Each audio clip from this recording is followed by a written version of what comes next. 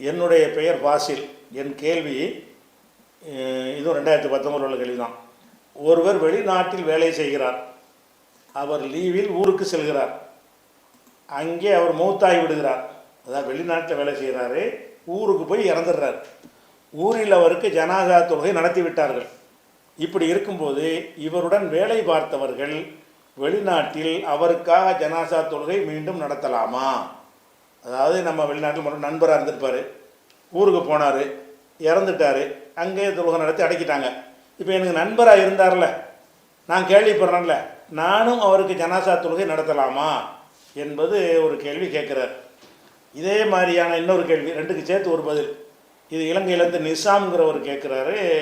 நிசாம் கேள்வி, ஒரு ஜனாசாவை பல தடவைகள் தொழுகை நடத்த முடியும் என்றும் முடியாது என்றும் 2 கருத்துக்களில் எது சரியானது என்று கேட்குறார்.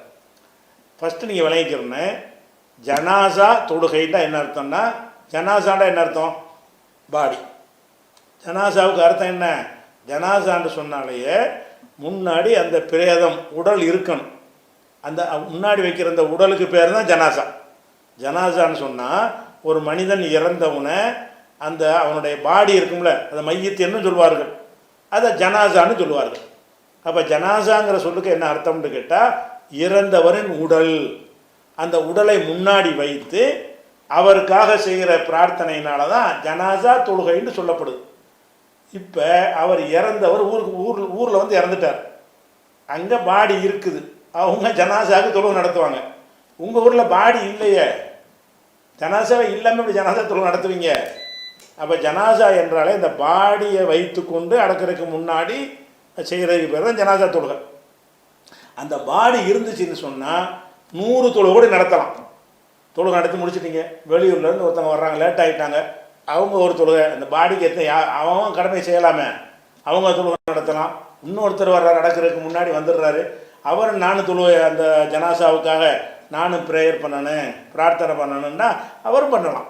அதுக்கு மார்க்கத்தில் லிமிட்டு கிடையாது. ஜனாசாவுக்கு தொழுகை, அவன் தொழுதுட்டா நான் தொழுகையில் ஒரு 10 பேர் தொழுதுனால எனக்கு இல்லாமல் போயிடுமா? 10 பேர் தொழுது விட்டாங்க, அப்புறம் நான் வர்றேன், நான் தொழ வேண்டி இருக்குது, ஜனாசா இருக்குது. அப்போ ஜனாசா இருந்தால் 100ல் 1000 கூட தொழுங்க. இருந்தால் ஜனாசா அடக்கப்படாமல் இருந்தால், அந்த ஜனாசாவுக்கு நீங்கள் தொழுவாத ஆளாக இருந்தீங்கன்னு சொன்னால் என்ன செய்யுங்க, அதுக்காக வேண்டி ஜனாசா தொழுகைங்கிற ஜனாசா வைத்து கொண்டு ஜனாசா வைக்கிற முறையெல்லாம் இருக்குதுல்ல, அதெல்லாம் வச்சு தலைமாட்டை இப்படி வைக்கணும், இப்படி வைக்கணுன்ற முறையெல்லாம் இருக்குது. அதெல்லாம் வந்து ஜனாசா வச்சு தான் செய்ய முடியும். இது ஜனாசாவுடைய தொழுகன்ற அர்த்தம். இப்போ வெளிநாட்டில் இருக்கிறவர்கள் வந்து ஜனாசா தொழுகிறதா இருந்தால் உங்கள்கிட்ட ஜனாசா இல்லையே, ஆனால் இந்த ஜனாசா தொழுகையில் ஒரு விதிவிலக்கு இருக்கிறது. என்ன விதிவிலக்குன்னு கேட்டால், அந்த இறந்தவர் வந்து எங்கேயோ காட்டில் எங்கேயோ இறந்துட்டார், அல்ல கடலில் போய் மூழ்கி இறந்து போயிட்டார், அல்லது முஸ்லீம்களே இல்லாத ஒரு பகுதியில் இறந்துட்டார். இவருக்கு ஜனாசா தொழுகை யாரும் நடத்தியிருக்க மாட்டாங்க. ஜனாசா தொழுகை நடத்தணும். ஏதாவது ஒரு முஸ்லீம் ஊரில் இறந்தால் அந்த ஊர் மக்கள் என்ன செய்வாங்க, ஜனாசா தொழுகை நடத்திடுவாங்க. முஸ்லீமே இல்லாத ஒரு பகுதியில் போனார், அதை கடலில் போய் மூழ்கடிச்சிட்டாரு, மீன்கள் அதெல்லாம் திண்டு சாப்பிட்டு எங்கே வச்சுன்னு தெரியலை, காட்டுக்கு போனார், சிங்கம் புலி அடித்து சாப்பிட்டு பிடிச்சி, இவருக்கு அந்த ஜனாசா தொழுகை நடத்தியிருப்பாங்களா? நடத்தியிருக்க மாட்டாங்க. இப்படிப்பட்டவர்களாக இருந்தால் ஜனாசா தொழுகைன்னு ஒன்று இல்லாத காரணத்தினால் அவருக்காக வேண்டி ஜனாசா இல்லாமலும் தொழுகை நடத்தலாம்.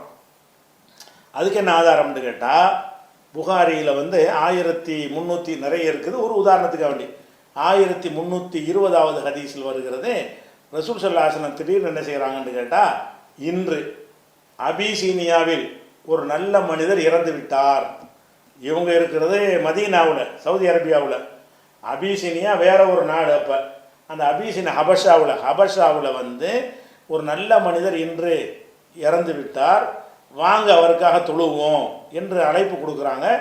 அந்த ஜனாசா முன்னாடி இருந்தால் எப்படி நிற்பாங்களோ அந்த மாதிரி வரிசைப்படுத்தி நின்று ஜனாசா தொழுகிற மாதிரி என்ன செஞ்சோம், நாங்கள் தொழுகை நடத்தினோம் அப்படின்னு சொல்லி புகாரில் 1320 ஹதீஸில் வருது. இதில் என்ன செய்கிறாங்கன்னு கேட்டால், வேற ஒரு அபிசீனியாவில் ஒருத்தர் இறந்துட்டார், சாலிகான நல்ல மனிதர் இறந்துட்டாருங்கிறாங்க. இவர் யாருன்னு கேட்டால், அந்த அபிசீனியாவுடைய மன்னர் நஜ்ஜாஷிங்கிறாங்கல்ல, அவர் வந்து ரகசியமாக இஸ்லாத்தை ஏற்றுக்கிட்டார். வெளிப்படையாக ஏற்றுக்கிட்டார்னு சொன்னால் அது ஊரில் எதிர்ப்பு வருங்கிறதுனால ரகசியமாக இஸ்லாத்தை ஏற்றுக்கொண்டார். அப்போ அதை பற்றி இன்னொரு ஹதீஸில் எப்படி வருதுன்னா, சல்லு அலா அஹில்லக்கும், உங்களுடைய சகோதரருக்கு நீங்கள்லாம் தொழுகை நடத்துங்க.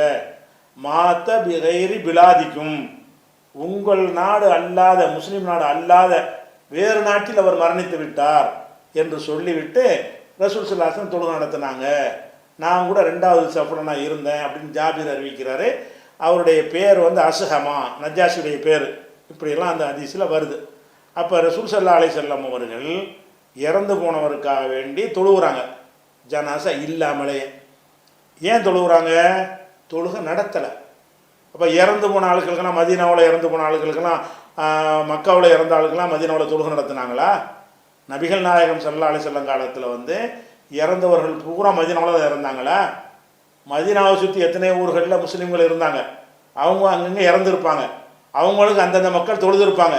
அவங்களுக்காக வேண்டி ரசூல் ஸல்லல்லாஹு அலைஹி வஸல்லம் தொழுகை நடத்தினாங்களா? மொத்த வாழ்நாளிலேயே ஒரு ஆளுத்தை நடத்தியிருக்கிறாங்க. எது இல்லாமல், பாடி இல்லாமல், ஜனாசா இல்லாமல் நடத்தியிருக்கிறாங்க. அப்போ இறந்த பாடி இல்லாமலும் தொழலாம் என்று இருக்குவேனால் அக்கம் பக்கத்தில் இறந்தவர்களுடைய செய்திலாம் வரும். அவருக்காக நாங்கள் தொழுவோம், அந்த இவருக்காக தொழுவோம், அவருக்காக தொழுவோம் ரசூல் ஸல்லல்லாஹு அலைஹி வஸல்லம் தொழுது இருக்கணும். அப்போ ஜனாசா இல்லாமலேயே தொழுதது இந்த ஒரு ஆளுக்கு தான்.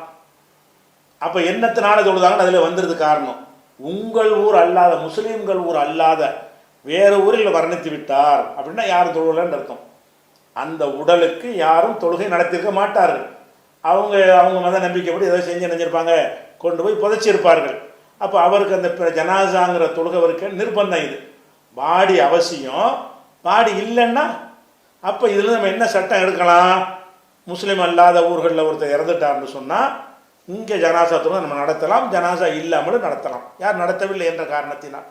அதே மாதிரி வந்து காட்டுக்கு போய், கடலில் போய், மொத்த போய் அப்படி போயிட்டார்னு வைங்க, அவர் அடக்கம் செய்யப்படலைன்னு சொன்னால் அவருக்காகவும் நம்ம தொழுகை நடத்திக்கிறலான்னு வழங்கலாம். இப்போ உங்களுடைய நண்பர் வந்து ஊருக்கு போனாருங்கிறீங்க, அங்கே இறந்துட்டார், அங்கே உள்ள மக்கள் தொழுகை நடத்தினாங்கல்ல, என்ன உங்களுக்கு பிரச்சனை இருக்குது? நீங்கள் துவா செய்யுங்க, ஜனாசா தொழுகை தான் நடத்தணும்னு என்ன சட்டம்? அந்த கடமை தான் முடிஞ்சு போச்சே. உங்கள் நண்பருக்காக நீங்கள் என்ன செய்யலாம்? ஒவ்வொரு தொழுகையிலையும் பிரார்த்தனை பண்ணலாம். இந்த ஜனாசா தொழுகைங்கிற அந்த ஒரு முறை அல்லாமல் நீங்கள் என்ன செய்யலாம்?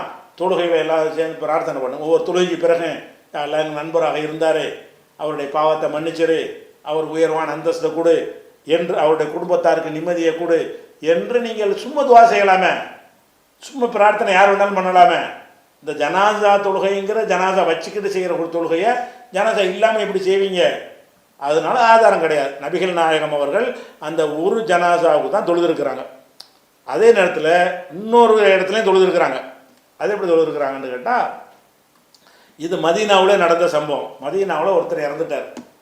அவர் வந்து இந்த பள்ளி வாசலை கூட்டி பெருக்கிக்கிட்டு இருந்த ஒரு ஆள் இறந்துடுறார். அப்போ அந்த மக்கள் என்ன நினைக்கிறாங்கன்னு கேட்டால், ஒரு சாதாரணவள் தானே, பள்ளிவாசலை வந்து க்ளீன் பண்ணுற ஆள், துப்புரவு தொழிலாளர் மாதிரி இருந்திருக்கார் போல இருக்குது. அவர் இறந்தவொன்னு நினச்சிட்டாங்கன்னு கேட்டால், நபிகள் நாயகத்துக்கு சொல்லாமல் இவங்களா ஜனாசா தொழுகை நடத்தி கொண்டு போய் அடக்கம் பண்ணிவிட்டாங்க. அடக்கம் பண்ணினவுடனே நபிகள் நாயகம் வந்து காலில் பார்க்குறாங்க, ஆளை காணாம். எங்கேப்பா அவர் ராத்திரி போத்து அவர் இறந்துட்டார, நாங்கள் தொழுகை நடத்தி அடக்கிட்டோமே அப்படின்னு சொல்கிறாங்க. அப்போ நபிகள் நாயகம் கேட்குறாங்க, அவளா குந்தும் ஆதந்து மூனி, எனக்கு அதை நீ சொல்லியிருக்கக்கூடாதா? அவர் இறந்துட்டாருங்கிறீங்க, நான் இந்த ஊரில் இருக்கிறேன், எனக்கே நீங்கள் சொல்லலை.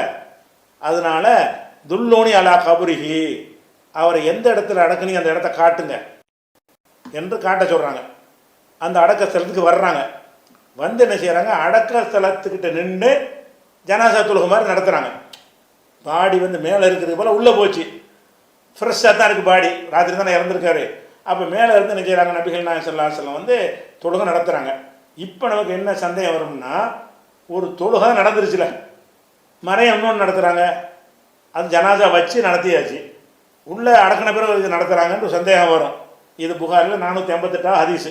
இந்த சந்தேகத்துக்கு விளக்கம் வந்து இன்னொரு ஹதீஸில் வருது. என்னன்னு கேட்டால், இது ஏன் நான் நடத்துகிறேன்னு கேட்டால், நான் இறை தூதர், இந்த ஊரில் இறந்து போன எல்லாருக்கும் என்னுடைய பிரார்த்தனை கிடைக்கணும்னு ஆசைப்பட்றேன். என்னுடைய பிரார்த்தனையின் காரணமாக அவர்களுக்கு ஒரு மன்னரை வாழ்க்கை வந்து எளிதாக ஒரு கஷ்டமில்லாமல் அமையும் என்ற காரணத்திற்காக எனது பிரார்த்தனையினால் அவருக்கு அது எல்லாரும் கிடைக்க அவர் மட்டும் இறந்துட்டார்ல, ஊரில் இறந்துருக்கிறாரு, இறந்த எல்லாரும் நான் தொழு வச்சிருக்கிறேன், இந்த ஒரு ஆளுக்கு மட்டும் அந்த தொழுகை நான் நடத்தாமல் விட்டுருக்குறேன். அப்போ அந்த எல்லாருக்கும் கிடைக்கக்கூடிய அந்த ஒரு பாக்கியம் அவருக்கு இல்லாமல் போயிடும் இல்லையா? அப்போ ரசூலுல்லாஹ் காரணம் சொல்கிறாங்க. எப்படி சொல்கிறாங்கன்னா, இன்ன ஹாதிஹில் குபூர, இந்த மன்னரைகள் மம்லூ அத்தன் துல்மத்தன் அல அகலிகா, அதில் உள்ளவர்களுக்கு இருள் சூழ்ந்ததாக இருக்கிறது. அன்னல்லாஹ் அஸ்ஸவஜல்ல யுனவ்விருஹா, அல்லாஹ் வந்து அந்த இருளை ஒளிவீச செய்வான். பி சலாத்தி அலைஹிம், நான் அவங்களுக்கு தொழுகை நடத்துவதனால், நான் தொழுகை சொத்துவத காரணத்தினால் அதை பிரகாசிக்க செய்வான் என்று நபிகள் எனக்கு உள்ள சிறப்புன்ட்டாங்க. இது தொழுகை நடத்தினாலே பிரகாசிக்கும்னு சொன்னால் தான் தொழுகை நடத்திட்டாங்களே ஏற்கனவே. தொழுகை யார் நடத்தினாலும் இந்த பிரகாசம் கிடைக்கும் என்று இருந்தால் எல்லா அந்த சஹாபாக்கள் வந்து ரசூலுல்லாஹ்வுக்கு சொல்லாமல் அவருக்கு ஜனாசா தொழுகை நடத்தி தான் அடக்கம் பண்ணியிருக்கிறாங்க. அதுக்கு கிடைக்காது, அது சாதாரண துவாவாக போயிடும். நான் இறை தூதர், எனது துவாவின் காரணமாக அந்த மன்னரை இருள்கள் வந்து ஒளியாக மாறும். இந்த மாதிரி விஷயம் எல்லாருக்கும் கிடைச்சிருக்கிறது. மதீனாவில் இறந்த அத்தனை பேருக்கு நான் தான் தொழுகை நடத்தியிருக்கிறேன். ஜனாசா தொழுகை எந்த தொழுகையும் ரசூலுல்லாஹ் தான் நடத்துவாங்க. அப்படி இருக்கும், இவருக்கு மட்டும் கிடைக்காம போச்சேன்றதுக்காக தான் கபூர்லையாவது தொழுகிறேன், அடக்கத்தில் தொழுகிறேங்கிறாங்க. இது இந்த வார்த்தையிலிருந்து என்ன விளங்குதுன்னு கேட்டால், இது நபிகள் நாயகத்துக்குள்ள சிறப்பு தகுதி. அதாவது தொழுகையை நடத்தி அடக்கம் செய்து விட்டார்கள் என்று சொன்னால், அடக்க ஸ்தலத்தில் நின்று கொண்டு ஒரு தொழுகை நடத்துவது என்பது வந்து உங்களுக்கு தேவையற்ற. ஏற்கனவே நடந்த தொழுகைக்கு அர்த்தம் இல்லாமல் ஆக்குறீங்க. ஏற்கனவே அவருக்கு ஜனாசத்தில் நடத்தியாச்சு, இப்போ அடக்கம் பண்ணியாச்சு. நானும் கபூரில் நின்று தொழுகிறேன் பண்ணி நபிகள் நாயகமா நீங்கள்? உங்களுடைய இந்த தொழுகையினால் இந்த இருள் வந்து ஒளியாக மாறுமா?